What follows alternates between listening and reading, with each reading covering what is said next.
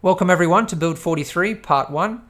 This system has more GPUs than any other system that we've ever built. We've done a lot of Quad SLI and Crossfire builds back in the day, but this system has 7 GTX 1080 Ti's, and we're using EVGA for the Win 3s, which have a 280 watt TDP.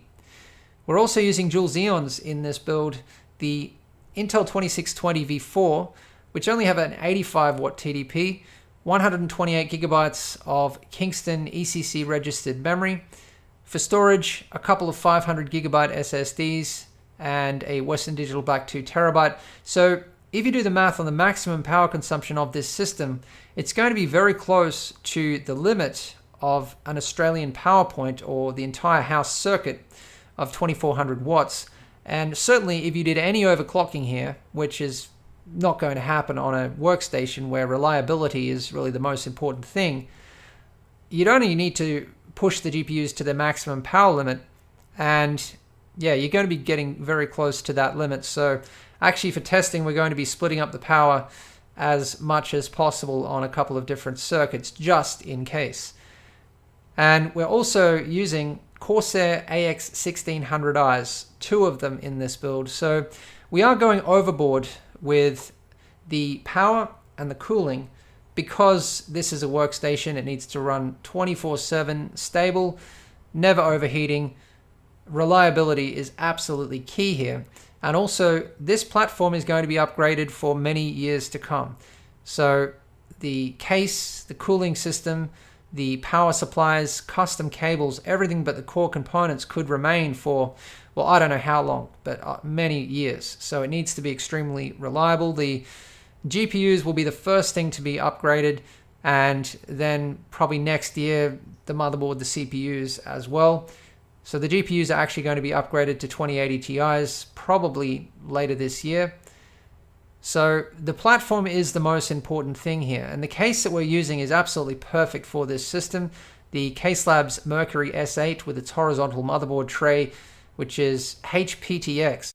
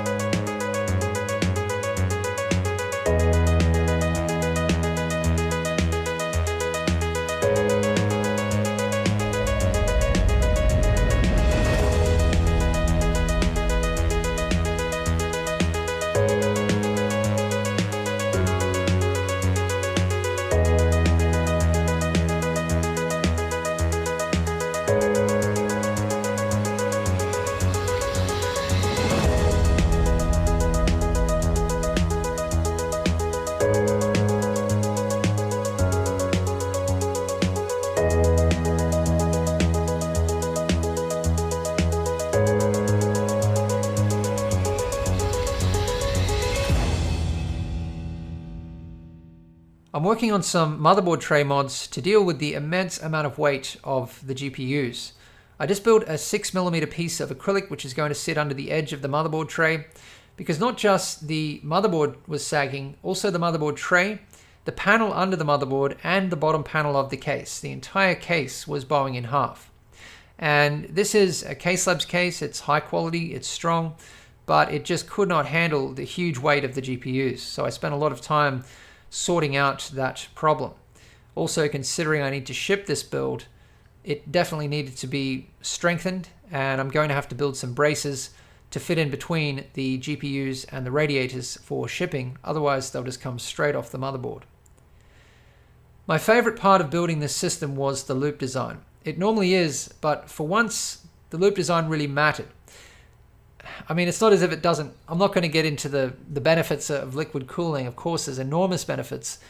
But usually, in the end, it really just comes down to aesthetics, because most of the systems being built these days, you have way too much flow, too much radiator capacity. It's really easy to cool a CPU and a couple of GPUs with the components that we have these days. So it gives you a lot of room to play around for aesthetics and theme and whatever else. But in this system, the GPU loop in particular is purely practical, and it needs to be extremely high performance. The design was absolutely critical. We're cooling off a huge amount of heat here, 7 times 280 watt TDP.